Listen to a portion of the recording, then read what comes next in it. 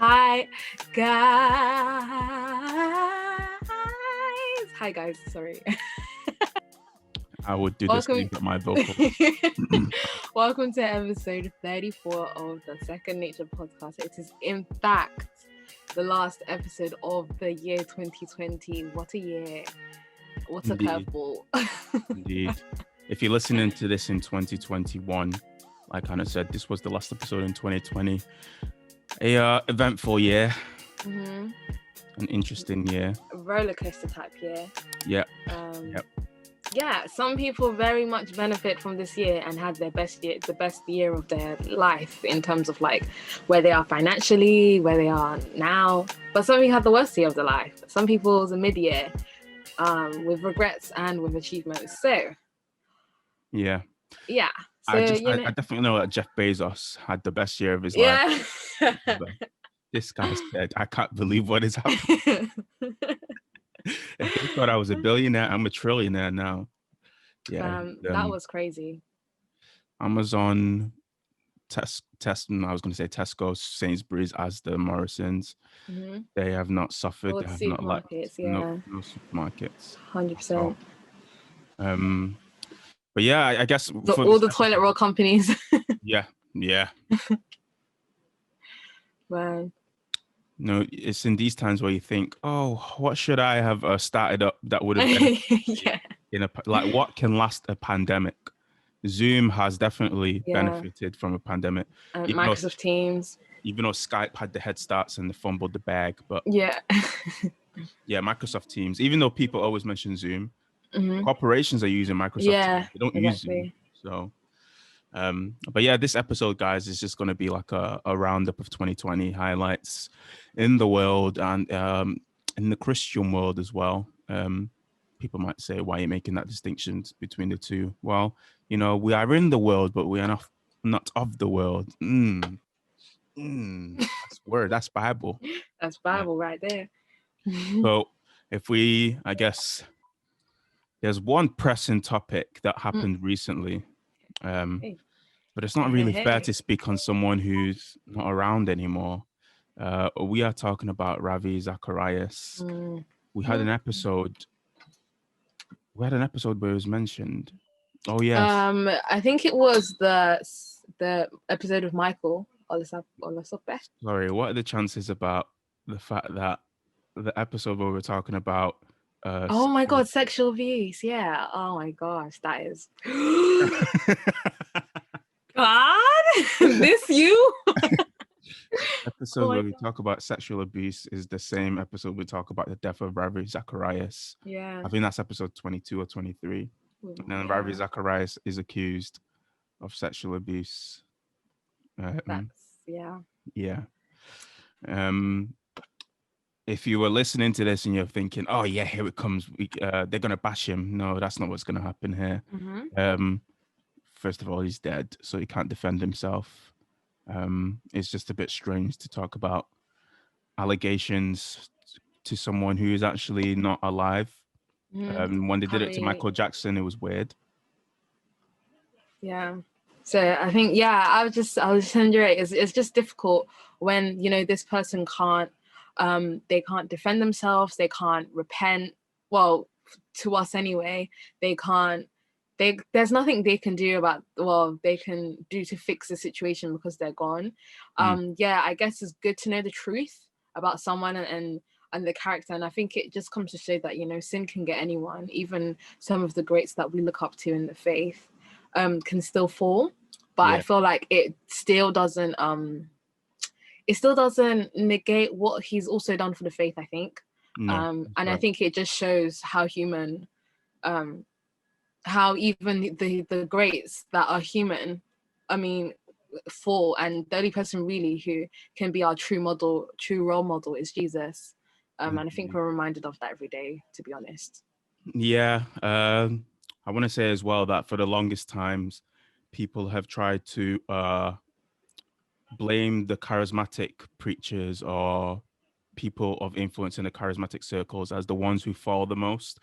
But you can clearly see that even the people in the other camps or the other circles of Christianity, everyone is prone to sin. And if you think you're not, then obviously be careful lest ye fall. If you think you're perfect. So yeah, it's like it's not a reality shock, but it's an indictment of the world that we live in. If anything, 2020 has showed you that don't be shocked, because there's a lot going on that we don't know about. Nobody's perfect. Like I said, it doesn't negate all the good stuff that he's done for the faith, because in the world of apologetics, he's done amazing things. Of course, other religions will see this as an opportunity to discredit Christianity, which to their detriment is a bit futile, because one person isn't the mark of Christianity. The only person that was Jesus Christ.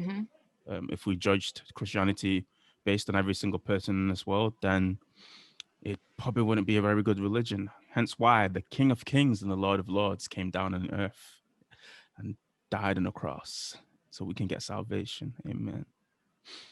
Amen. But yeah, Amen. That's Ravi. By the way, guys, throughout these episodes, we'll also be playing voice notes of listeners. Some of you guys sent in your voice notes with some questions. Some of you guys told us about your favorite moments, so we'll play that.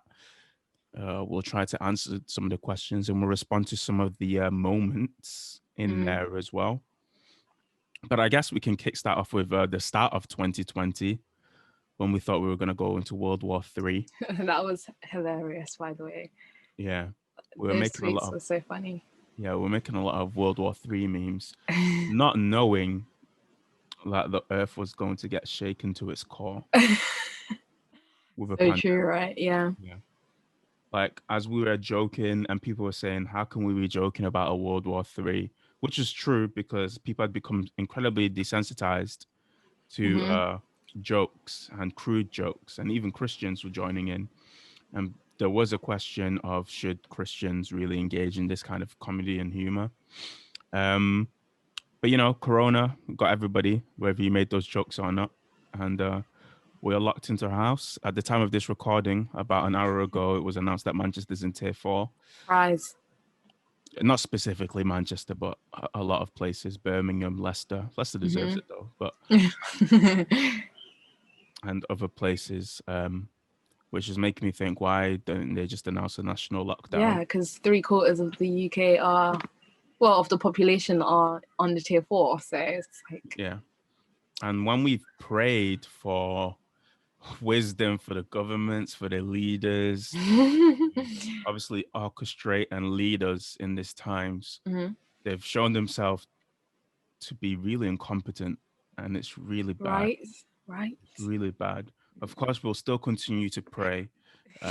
Obviously, they have difficult decisions that they have to make, but these difficult decisions are actually affecting people's livelihoods. Yeah, exactly. And their lives. And their lives, yes. If you had a business, it is completely probably gone to pieces and shattered. And I do understand there are people out there who are vulnerable, who haven't done probably enough to shield them. We shielded them at the start. And then we just said, okay, you can come out now. Yeah. And mix amongst everyone else, and people suffered for that. Yeah, is there anything you want to add to that? No, I was just saying, I think I'm particularly concerned about the whole school situation, because I've heard of like teachers that have literally died from contracting coronavirus from students, and they're literally hotspots for the spread, and the massive increase of cases that happened post Eat Out to Help Out was because schools opened in September. And my brother's school was closed multiple times during the first term because of cases spreading like across the school and everything. And it was so dumb, because they'll do stuff like, oh, okay, they made sure the sixth form and the main school like didn't interact, so they were in their own separate bubbles, and then the teachers had their own bubbles as well, and they always stayed like 2 meters away from the students. So let's say one of the teachers got coronavirus, let's say in the sixth form block, they'll be like, okay, it's fine, the students can still come in because the students didn't interact with the teachers. Or if someone in main school got it, even though they all go home the same way and get the same buses, they'll be like, okay, sixth formers still come in, main school okay, if it's a year 7, year 7s, you can go home for 10 days, but everyone else still come in. They're just finding different like combinations of ways to still keep the kids in school. And it just wasn't safe. No. At all. And it was just, the way it was being, obviously it wasn't their fault, because every day they were seeking advice from government people that had been allocated to them, and this is the advice they're getting. So there's nothing you can do except like follow what you've been told. But it was particularly, I don't know, I was just like, this is just too confusing. People definitely, and organizations kind of had to make it up on the fly, so we obviously have to cut them a bit of slack for that. But obviously, if you have other countries as examples and as models, and then you look at our situation, you're thinking we actually haven't improved at all. We're literally like a single step from a national lockdown. And I was going to say Boris and co, for some reason, don't want to say national lockdown, but that is essentially what we're in. If the gyms and the non-essential shops are closed, the only difference is we can still do corporate worship. So we can still go to the crossover service and shake a leg, but then it's going back home and just stay indoors. And going into isn't there like a cap on how many people can come in anyway? So it can't even be as full as you want it to be, and you can't be shaking people's hands like or hugging people. Or hugging, that defeats the purpose of social distancing and wash it, bin it, kill it, and all that stuff. So it's just been super interesting, really. Okay, let me play the first voice note. Now this is from Paul in Birmingham. Let's go.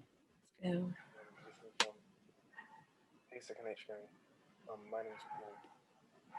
I was listening from Manchester in the UK. My favorite Second H moments were actually from your episode 3, the Gangs in Church and Drip or Drown episode. And you're just dropping bars after bars after bars. One of the bars you said was a lot of churches are doing good things but not God things. You also said you're making converts, not Christians. You also mentioned Christianity isn't prosperity, it's suffering. You have to go down so you can bring others up. I was just like, come on. You just the bars. My favorite one is when you quoted Mike. He said, "Don't make a list and put God at the top because it will eventually fall down. Put him in the center and let everything revolve around him." And I heard that and I was just like, God, what? Yes, it makes sense. You're dropping just bars after bars in that episode. So yeah, that was one of my highlights for your podcast. So that was Paul.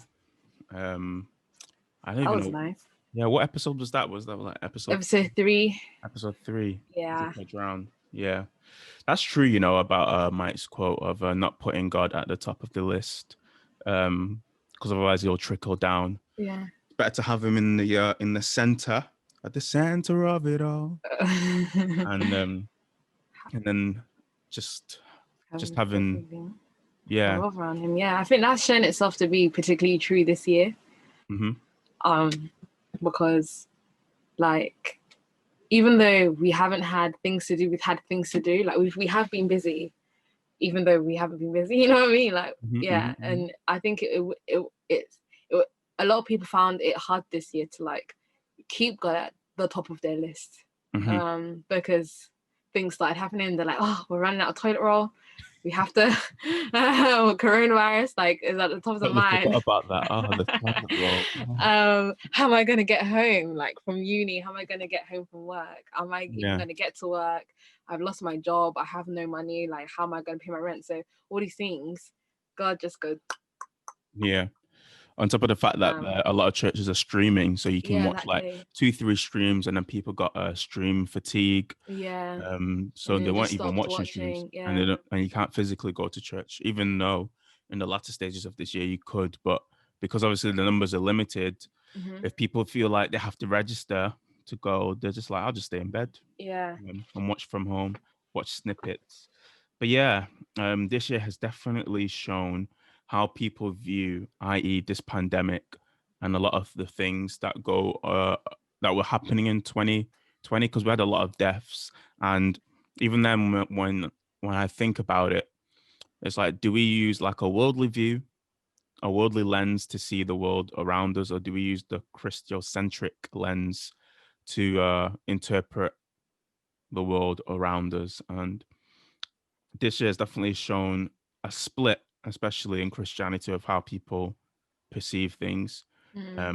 Especially what's that word where you study the end times? Is it eschatology? Eschatology. I don't even know the word itself, but I'm talking about it like I'm an expert. I should be on Clubhouse, hey? I'm not on Clubhouse. I have an Android, and if I had the iPhone, no one bother me with Clubhouse, please. Yeah, even the eschatology parts of the vaccine, the mark of the beast. Ugh, yikers. Obviously, I went to uni and I studied micromolecular biology, so I studied things like this. So obviously, when you hear people say things left, right, and center, you think you're not even like well versed or educated in this, and you're, i.e., spreading propaganda and spreading fear, and you don't even know that you're doing it. Exactly, it's like you're doing, and you haven't fact checked. Nope. It's like you're doing the devil's job for him. And we as Christians are meant to be people who are seekers of truth. Yet we've allowed ourselves to take up anything and everything as the truth, as long as it's convenient to our agenda. Yeah. We don't ask enough questions. Whereas in the Bible, it talks about the Bereans who would search the scriptures, because even if Paul is talking, they said, we got to fact check that. Yeah, I'm not so sure if this apostle is really facts. Just like that, even when we're not reading the Bible, we should be like Bereans and really scouring. We have the internet; it's free, not free, but Google is there, and we can really search and scour and read, cross-reference what we're putting out there. Yeah, social media has allowed a lot of propaganda to be going crazy. Yeah, it's so weird, because yesterday I was having a polite discussion back and forth with someone on Twitter. I think she tweeted something about how like basically spirits, like basically how certain sins are due to like are the work of spirits, and I was just like, what, like a spiritual wife, spiritual husband, or or like masturbation is a spirit comes over you and you're like that kind of stuff. And I was just like, why are we talking about this? Yeah. And it was a massive thing, and like loads of people during the day I'd seen loads of people like tweet about it, but I think it was just the time of day that I saw this one. I think it was like 2 a.m. or something, and I was like, that's not the time of day, that's nighttime. The time of night is part of the whole 24-hour day. This one you should be sleeping, but you're out there doing. But yeah, I think I was just tired, and I was like, I'm tired of seeing this. So I was just like, I'm not even trying to draw you out. I'm not even trying to be mean or rude, but can you please like explain where you got this from with some Bible verses, please? Because I was just like, because I don't understand. And then I think she uses John 10 verses 10, which is like, the thief only comes to steal, kill, and destroy. Yes. And she's like, oh, masturbation is a spirit sent by Satan to destroy you. And I said, okay. And then she went on to say stuff like, oh, then I was like, but that verse doesn't explicitly say masturbation is a spirit. And she was like, oh, it's to do with like your thoughts, your mind, your imaginations, so it must be spiritual. And I said, okay, this is where the problem is, because that's to do with your soul, your mind, emotions, thoughts is an attribute of your soul, not your spirit. Your spirit's born again and new. So nothing that's not of God can be birthed from your spirit. So this is where we have the problem here. And I had to break down and make that distinction for her. And but in a kind manner, like I didn't want, but there was I can't lie, there was another girl in the thread who was being super aggressive. And I was like, I'm not even trying to be like that. I'm just trying to be, I'm just trying to clear up some things. But it's just interesting how even something small, as if not knowing the difference between your soul and what makes up your soul and what makes up your spirit, can bring all these kind of like beliefs and ideas.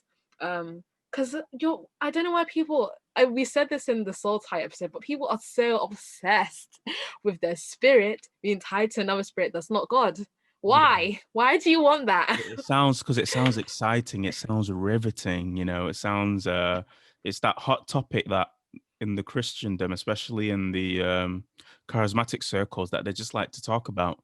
Yeah, It absolves people from their own responsibility. Responsibility. That's exactly what I said. Yeah, it's very interesting because you're like, like men or people will cheat on their spouse and they'll be like, that spirit of lust is just coming over me and I can't control it. No, a fruit of the spirit is self-control. Get a grip. You know what I mean? Like, don't attribute it to the devil and all of these things. No, it's a fruit of the spirit, self-control. Get a grip. You know what I mean? And I just found it interesting, especially this year. I've seen a lot of people attribute the things they're struggling to, or no, not struggling with. Okay, that's different because you're actively, trusting God. But things that they're living in and doing repetitively in public and attributing it to the devil. I think it was was it John Gray or something? Cheated on his wife like multiple times. And then he did it again. It was a whole massive palaver. Then he did it again. And was like, I feel like Paul in the situation where the things I want to do, I don't do. And the things I can do, and it was just like, the devil is just working. And I was just like, okay, stop. First of all, you don't even love your wife because you are embarrassing her. You are embarrassing her. This is not the love of God I'm seeing here. This is not the love of God I'm seeing here at all. Like, just apologize and say sorry. How about that? And stop putting yourself in a situation. Like, people always forget it says flee from sexual immorality. Not pray in tongues. Resist pray it away. Trying to find ways to deal with it. It says flee. Then set up barriers and blocks. When we had that purity episode with Emmanuel, we talked about this. You have to flee from sexual immorality. You have to flee from these things because it is evident that even in the Bible that these are the things that take men of God down. Exactly. Take women of God down, and it takes the general Christian just down. So what the enemy has done really effectively is set up a whole system that is geared to lust, sexual perversion, and whatever you want in the world. And people keep saying the devil. Granted, he's not omniscient. He can't be everywhere at once. So if he sets up a system where it's like a honey trap, if he just sets up a honey trap and you fly into that trap, he's got you. And he doesn't actually need to catch you. He just needs to set the trap. And we allow ourselves, I think it says it in James 1, where it's the desires of our heart that leads us into temptation. So you have to start asking yourself, well, what are the desires in our heart? And how can we change that and align that with the desires that God wants us to have? 100%. But yeah, I think we definitely need to go back to basics in 2021 because we've spent a lot of time on social media. And a lot of people's opinions have influenced people's psyche unknowingly. So people are just saying anything. Like anything. Like, it's come to the point now in 2021. At the start of 2021, I would have tried to engage with everything. Now I just have to, I see it, I just scroll past it. I said, not today, Satan. I said, not today. I think most days I will, but I think when I see people like liking, quote tweeting and engaging with it as if it's truth, and I'm like, no, there's too many people. I think, usually, I mean, because I ignored all the other ones. I'll just send it to my friends like, what the hell is even this? But no, this one, I just felt I had to reply like, this isn't it, chief. Yeah. Sorry. Right. Let's listen to what's the next the next one saying? Is from James Okoli in London or Manchester. James Okoli is a former guest of the podcast. He's been on episode 12, which is the manifesting or speaking into existence. I said manifesting because that's the word of 2020. Manifest. Oh gosh. Let's play James's clip. Hey, my name is James. I started listening in Manchester and then moved back to London. So that's 2 locations in one. My favorite second nature moment is probably being the facial expressions JIREH and ARAMIDE during the episode with Jess. I just kept laughing because it was like bombshell after bombshell. That and actually being on the podcast myself, I had a great time. So there we go. Yes. That tells me that James watched this episode on YouTube. If you're listening, guys, make sure you go subscribe to our YouTube channel on the Second Nature podcast, and watch our videos. Cheeky plug. Plug indeed. We're just trying to get our subscribers count up because our views don't actually make sense. Yeah. Oh yeah. Speaking of the Jess episode, guys, after that episode, like Shincheonji, the cult, they came after us. Like they attacked all our social media. They disliked all our videos. And they like posted comments under all of them, so we had to like delete them. And YouTube got rid of some of the dislikes. Yep. And some of the views. But yeah, they spammed us basically. So if you could help us out, because most of our videos actually have more dislikes than likes because of them. So if you could help us out, it'll be great. That'd be great. Yeah. So like, we would be really grateful. Otherwise, the algorithm will just think that our videos are crap and no one likes them. So then they won't show them to people. So if you guys could help us out, that'd be great, because a lot of people have actually messaged us like and really grateful for the video that we made. Especially because when you search up their name, our video comes up. So a lot of people have like messaged us like, wow, like I was going through this, like thank you for this video kind of stuff. So yeah, we've had people message us that were personally in Shincheonji. They had to actually create secret accounts to message us. And obviously we've been able to give them advice and tell them to flee, leave, run, escape. But obviously you can't just say that and tell them to flee without giving them a better option. So we even try to help them see what's around them, who can help them, etc. But yeah, they've definitely been on an attack the same way that they did to Jess, who was on the episode. Like Anna said, our likes to dislikes is absolutely crazy. And the comments that they left, they tried to spread further propaganda. And it came to actually a point where other people were even coming to our defense. Because Shincheonji, and we'll keep mentioning them, Shincheonji, keep spreading propaganda all around the world. And I'm wondering what they've actually been doing in the rest of 2020. Because obviously Jess was able to escape when lockdown happened, because she actually got time to herself to think. And we thank God for that. But what methods have they come up with now to ensnare others? Because obviously their whole evangelism tactics was person to person, face to face, and now they're over social media. You can just search them up on social media. You can search them up on Google, and you can see what's happening to them. I think the main thing has been like retaining the people that they have already by controlling them, which obviously we addressed in the episode, so we won't go into too much detail. So have a listen or watch to that episode, because I think Jess really opens our eyes to it, and it's something that more people need to know about, especially young Christians in all UK cities. Definitely something. Most definitely. Because obviously they're very big on the end times, so they could have used this as they could have used 2020 as a sign of the end times and to further embolden their cause. But luckily, I guess that's one of the benefits of lockdown. They couldn't be on the streets to do so. But there were locusts in Africa, if we all remember that.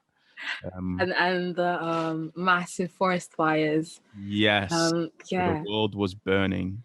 And then the pandemic started, so people were like, oh my God, it's the 7 plagues. Yeah, I know. All at the same time. Because the fires were what, was it Australia, South America? Australia, and I think Canada, maybe. Canada? As well. I know it was in America. There may have been fires in Canada. I can't remember. It got really, really bad. And once again, that's when is it ecostology? Eschatology. Yeah, eschatology. And that's where the eschatology comes in. Oh, people are going to think, God, this guy actually does not know what he's talking about. That's where the eschatology comes in. And people ran with that. We've seen natural disasters before. Locusts probably have happened before.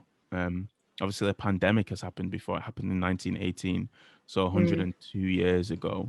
So we might be due for another one in another 102 years. And people will say, it's the end of the world.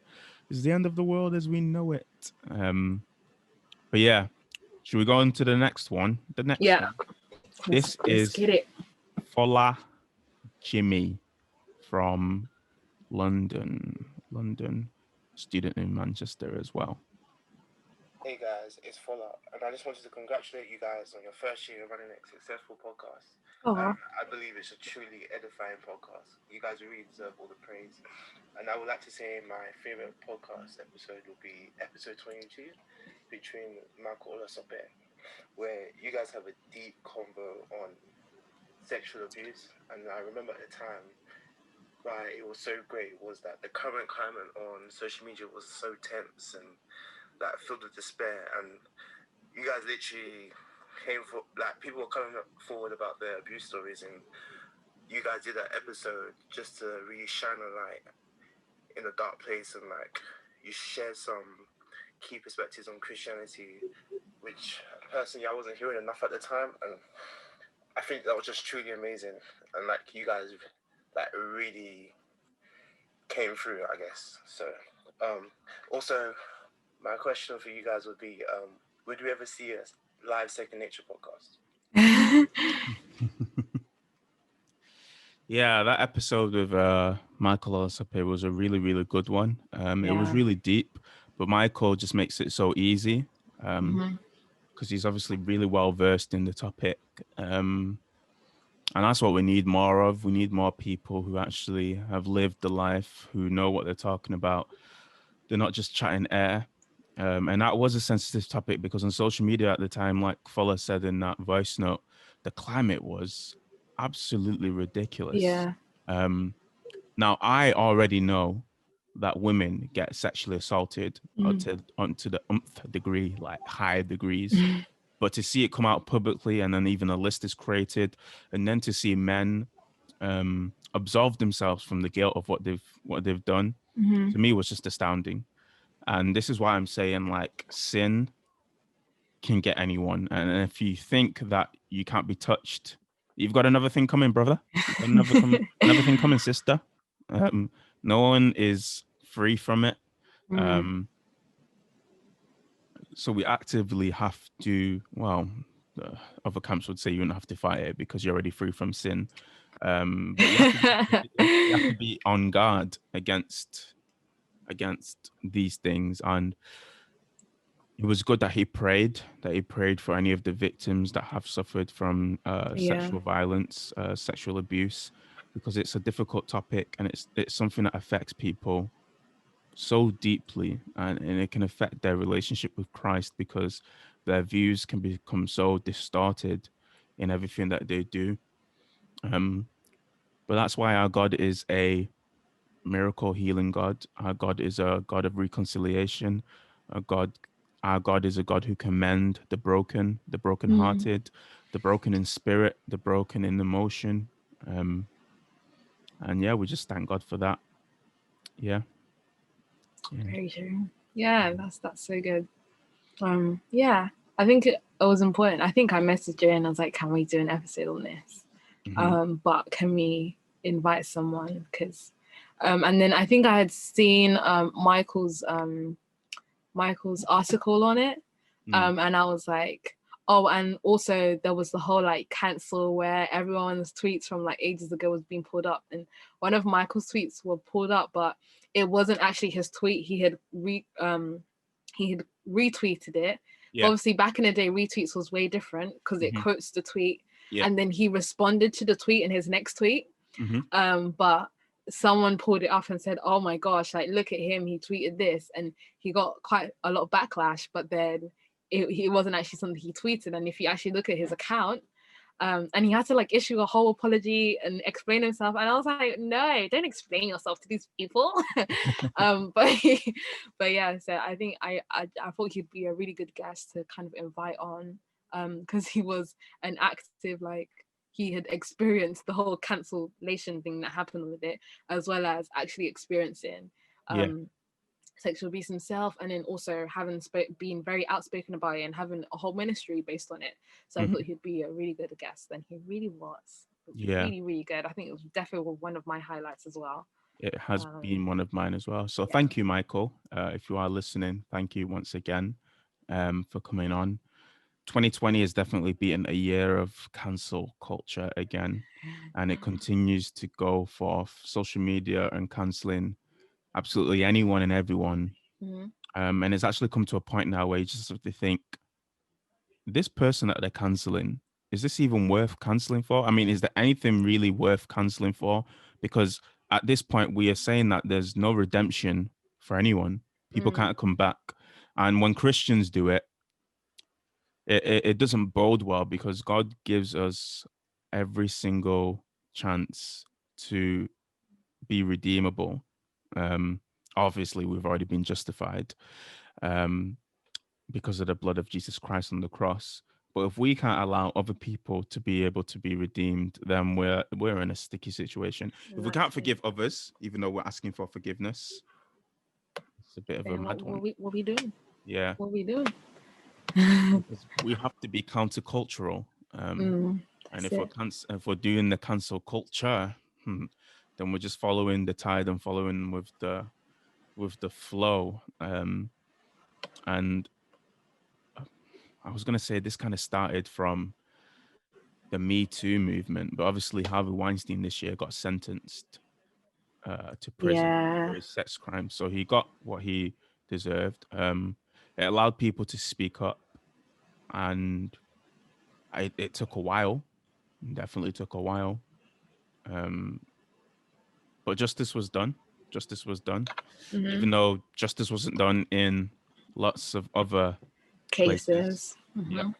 George Floyd, Breonna Taylor, Ahmaud Arbery. These were in this pandemic. Bear in mind, everyone's at home.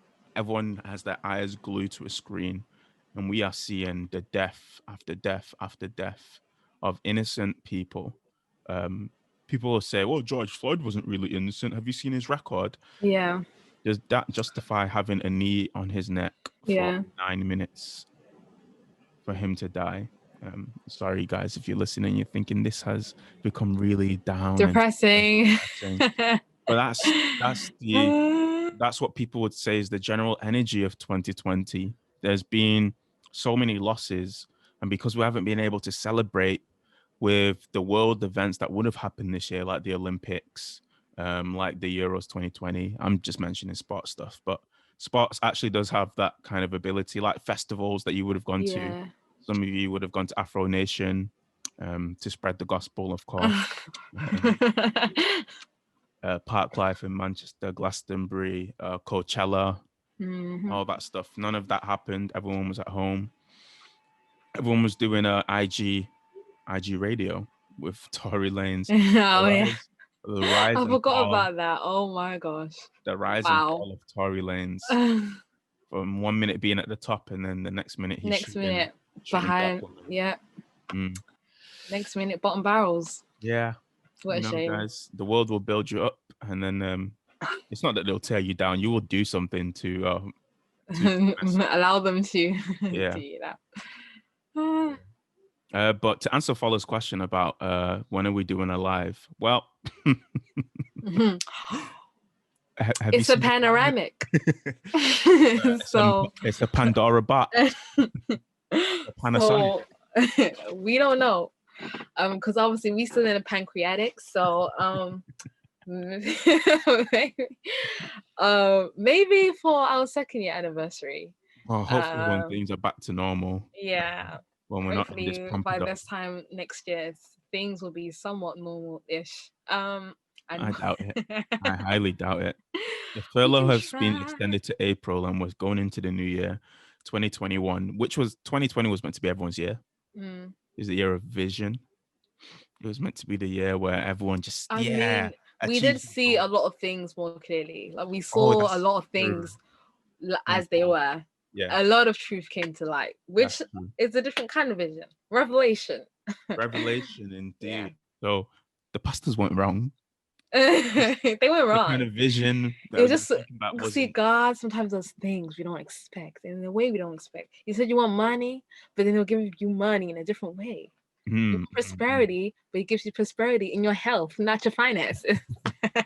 Yeah, health has been a big thing this year. If you've stayed healthy, you didn't get corona, or you didn't lose any of your loved ones, then there's definitely something you have to be thankful for. Exactly. Because so many people have lost their loved ones, and sometimes in quick succession, especially to COVID, which is why when I see people not take it seriously, it's a bit annoying because this isn't a joke.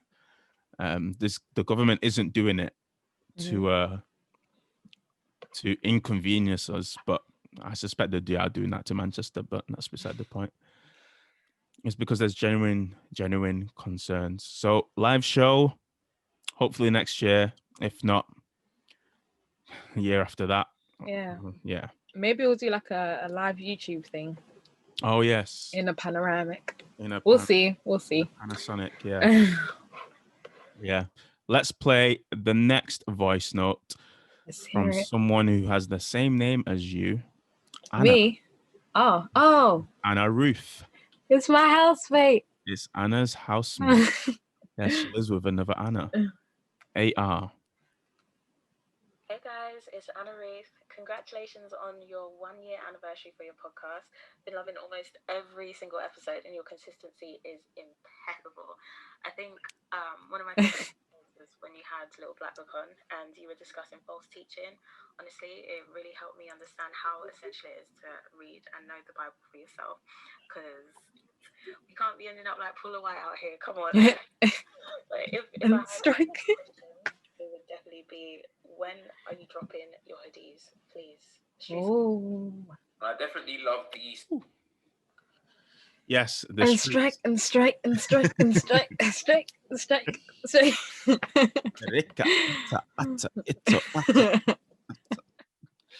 We're calling angels from Africa. We're calling angels from Asia. Yeah. Oh man, that time Donald Trump lost the election, by the way, guys. We are on the 30th of December, so it's official. He has lost. He did try to fight and strike. Joe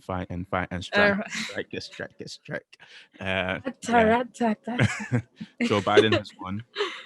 This election actually caused a massive division in the Christian camps, because there were people who were voting for Trump, and people thought, well, how can you vote for Trump? His character is despicable. Yeah. And people voted for Biden and said, how can you vote for Biden? His character isn't much better. It's always the lesser of two evils. We've had 4 years of Donald Trump. Whatever his positives are, his negatives and his character were so lacking that you just can't have him as I personally believe you just can't have him as a leader. We did, what was it, like 2-3 episodes ago we talked about this, so if you want to listen to that, guys, check that episode out.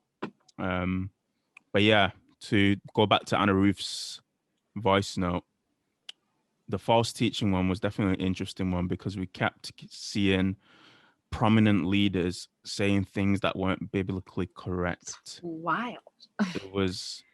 It was almost, it reminds me of the quote of the sermon. The sermon isn't seeing right and wrong, but it's being able to see right and almost right. Because there's people who are almost right, and they'll use the Bible to say things that are almost correct, but they've just missed the mark. They've just missed a step.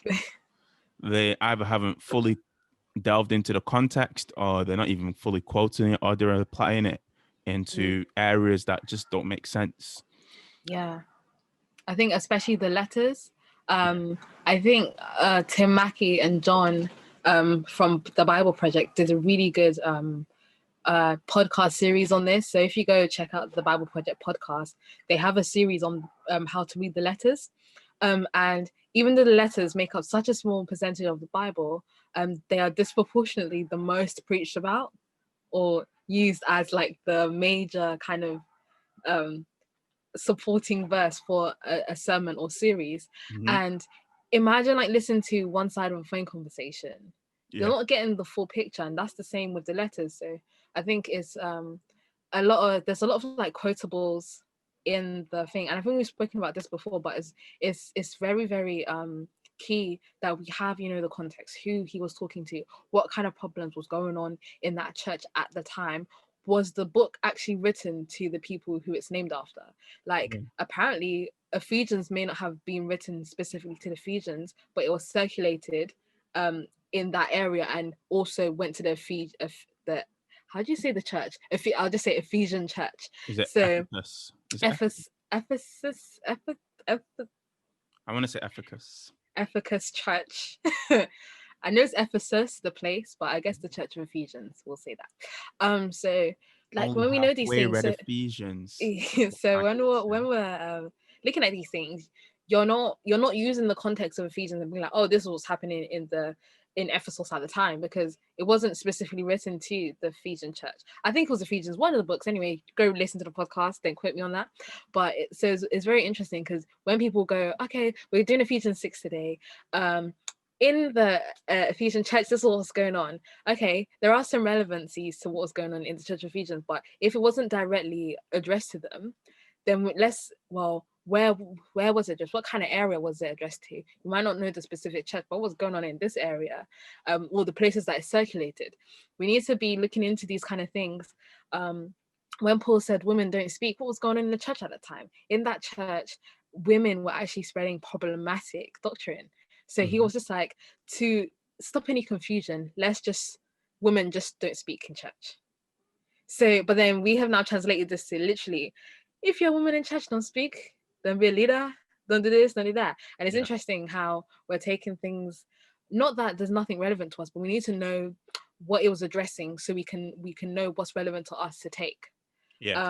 So, and that's, well, obviously, especially in the whole Bible, but I think especially for the letters, because it's literally one side of the story that we're getting. So I think it's very key to not like make false. I think especially this pandemic, I've seen so many problematic teachings. I think maybe are people more bold, or have people just been listening to really problematic churches and preaching and getting into things? Preaching on the vaccine, and people preface their preaching with, I'm not a doctor or a scientist, and then continue to speak. Yeah, then stop speaking. Yeah. At that point, yeah. But yeah, in relation to what Anna said, Anna Ruth, on the hoodies are out. Yeah. New Nature Clo. I'm just saying it a few times so you get it in the brim, you know. So it's in the brim. NewNatureClo.com. Yes, the hoodies are out, so go check them out. By the time this drops, the end of year sale would have ended, so sorry about that. But yeah, you can next time if you followed us on our social media, you'd know about it. Yeah, you would know. But yes, just thank you so far for all the support. We launched it in August. And it's been great.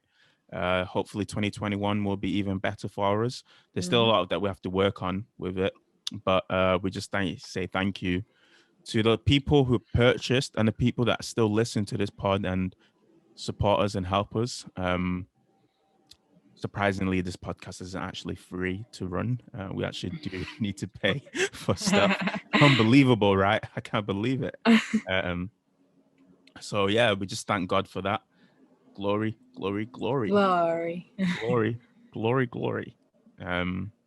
Yeah, I guess we can go to the next. Let's go to the next one. Let's go. This is from Alexander McLean. I was going to say McQueen. McLean, who is a newly married man who got married in 2020. Come on now. During the pandemic to Isabella Grace, who is now Isabella McLean. Great guys, wonderful people. So let's hear what they have to say. I definitely love the Speaking It Into Existence episode. That's probably one of my favorites. There's probably others, but that's the first one that comes to mind that I really enjoyed. And then in terms of any questions, I think it's important, especially with what's going on now. My question would be, how as believers do we address false teaching in a loving way? Because so often you hear that, oh, this is not loving just by calling someone out. But what is the loving way then? And where are the biblical parameters for us to do that? I know that's probably been spoken about before. I feel like we need a really clear, concise guide on how to to do this so that we can feel secure in standing for the gospel and standing for truth. So yeah. Yes, he really needs a clear, concise guide. God. Do you want to go? I feel like you want to go. Oh, I really thought you were gonna drop some. Yes. Oh, okay. Clear and concise. All right. So obviously, somewhere like Twitter or Instagram, whatever, is pretty difficult to engage in productive back and forths and stuff. I know some people have been doing it in a more constructive manner on Clubhouse. And via Zoom. However, those have seemed a little chaotic as well. It's hard to facilitate healthy debate / discussion without it getting a little bit heated because everyone's so passionate about their faith. And if you believe what you believe or your stance is truth, obviously you want everyone to understand and believe your truth, and it gets frustrating when people are not understanding. I think how we approach it first and foremost is being open-minded and realizing you don't know everything about the Bible and you don't know everything about Christian faith. What you said, that might be the most important part. You don't know everything about the Bible, and there's a lot of people that talk like they know everything about the Bible, but you don't. That's what it is. And you have to be ready to listen to others and to understand their argument and point of view, even if you absolutely don't believe it. You know what I mean? You have to be able to understand where they're coming from. So if we take the example of the Twitter thing where someone's saying, oh, okay, they believe in spirits inhabit you, whatever, when you masturbate, you have to sit down and think, okay, I understand why you may think this. I understand where it may have come from. So let's ask a few more questions and really see where the understanding has diverged from what is actually true. And then we can address that. So, but I think a lot of people don't do that. They just go, no, that's wrong. Sorry. But yeah, because she also made some points and I said, yeah, I agree. However, how about we think about it this way? And people need to realize you won't always finish a debate or argument with someone agreeing / bowing out. They won't. More time they won't. But it's nice to implant your ideas or exchange your ideas for people to go back and reflect on it. Yeah. Like I've enjoyed a lot of debates and discussions where there's been a clear side, a side that I agree with / level with more. However, points were made by the other side and I do write them down and I do look at it and go, wow, like I actually understand this and I actually agree with this, but how does this link in with what I believe and how do I make these two seemingly opposing stances work together? So and with the thing with false teaching, I feel like if someone's public and they're a public figure of faith or they're an influencer or someone with large influence or following says something wild or shares something wild or shares something, I think first and foremost, like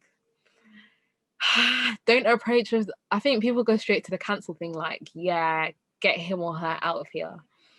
But I guess you can reprimand them for being what's the word, irresponsible or unresponsible. Irresponsible. Yeah, irresponsible. I mean, if it's said in public, then they should essentially be called out in public. Yeah, because otherwise, if you DM them, no one sees that DM, but people see what they've said. So I think with those kind of things, you kind of have to address it publicly. But when it comes to like, little arguments happening in replies and stuff, yeah, those are also public. But I feel like if you've made your point in the replies, you can take it to DMs and actually have a constructive conversation with people. Yeah, as I said, then again, like altogether, social media is just not the best place. However, it's the place we've been given, and especially this year, it's the only place we have.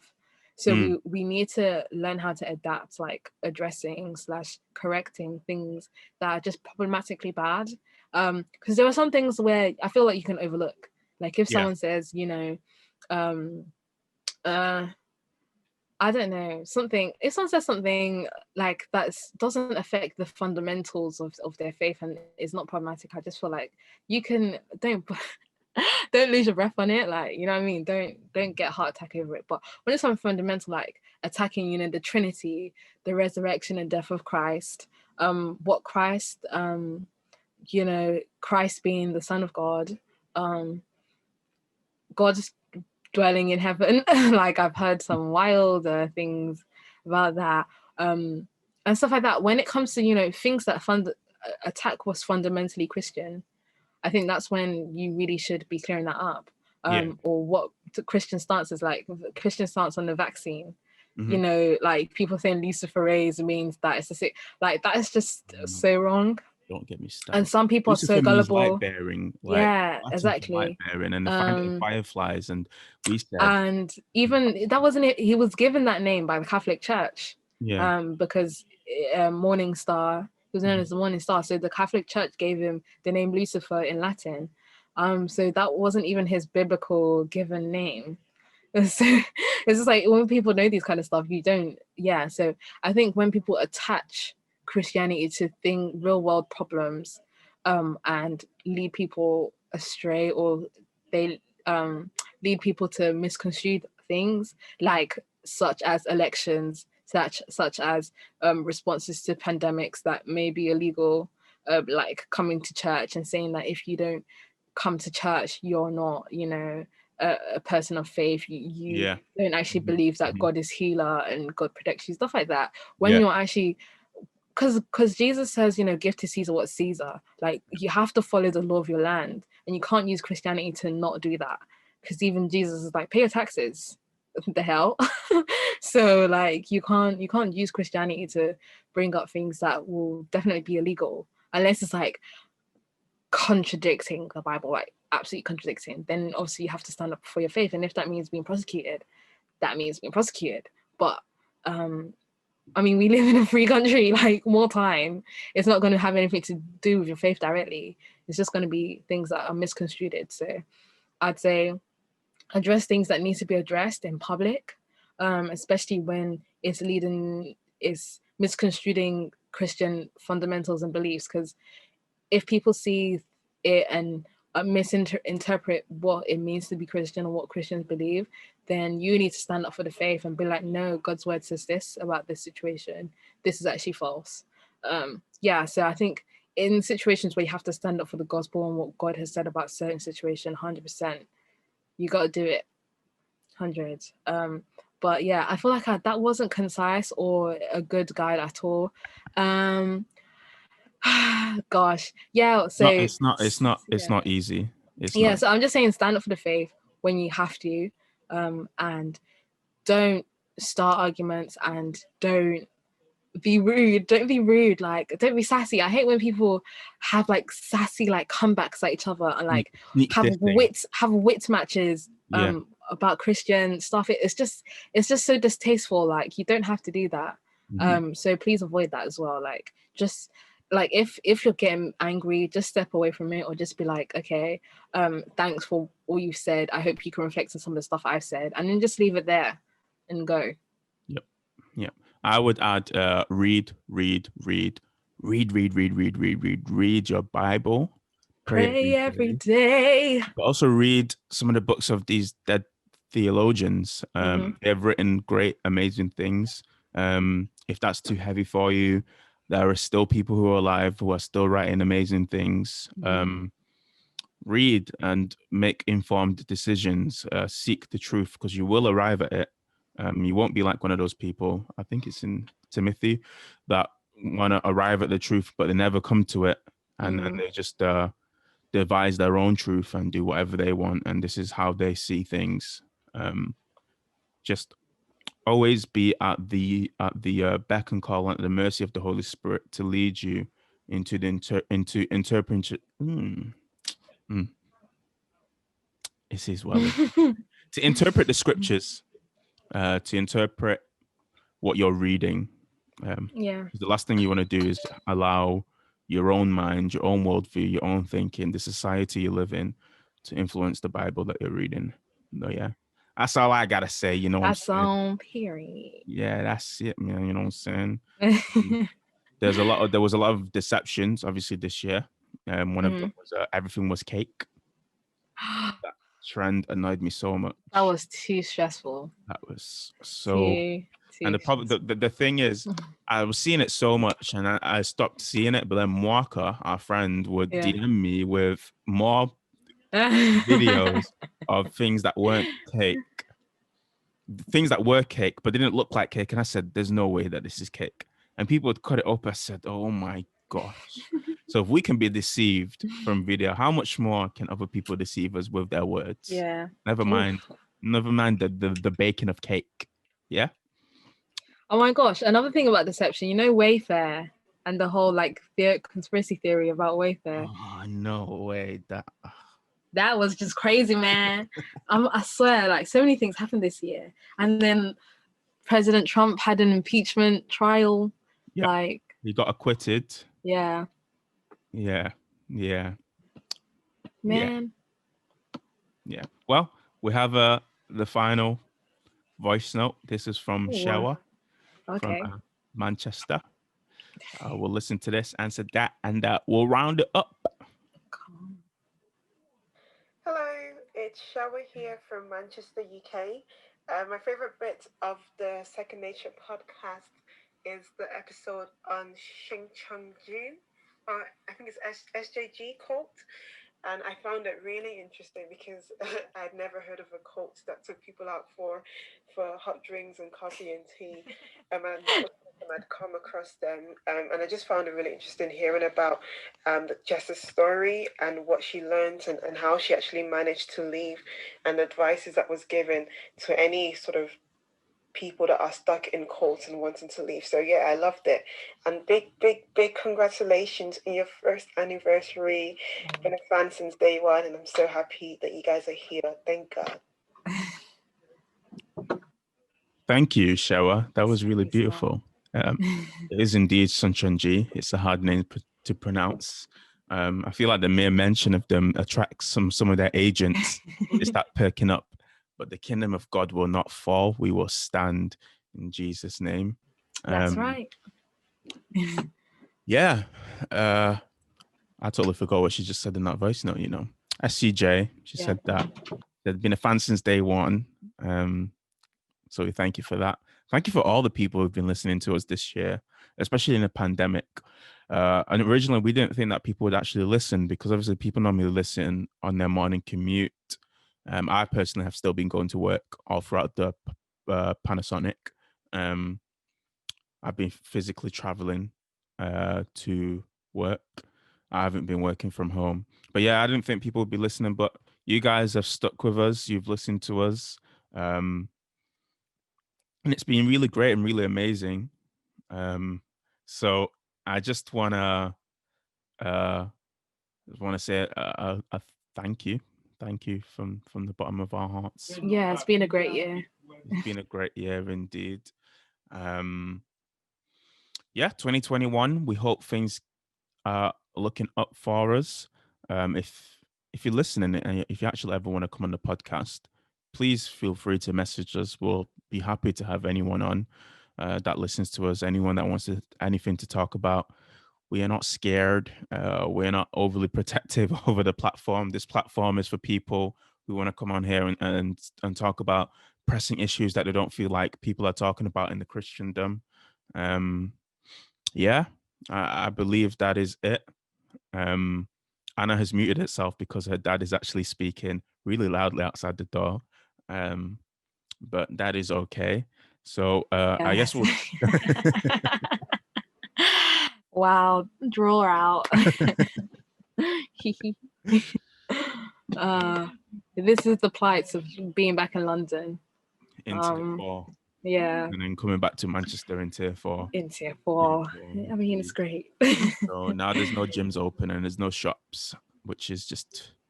What's the point? Because, you know, people have bought things that they need to return. And obviously shops have said till the end of January. Well, what if we're not open till the end of January?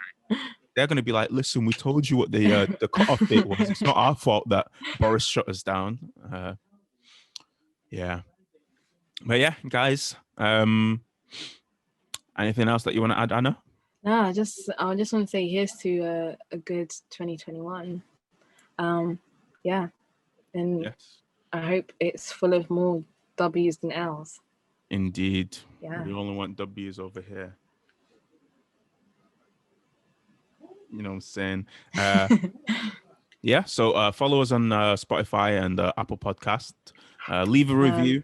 On Apple Podcasts. Yeah, on Google Podcast as well. Mm-hmm. Leave a review if you've liked any of our episodes this year. That'll be a great thing to do for us. It will really help us. Like our videos on YouTube and Yeah. subscribe to us. Yeah, because Shincheonji are doing a lot. Yeah. Mm-hmm.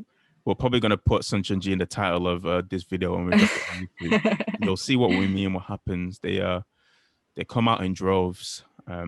Yeah, follow us on our socials, on our Twitter, on our Instagram as well. Follow New Nature Clo. Like we said, the hoodies have dropped.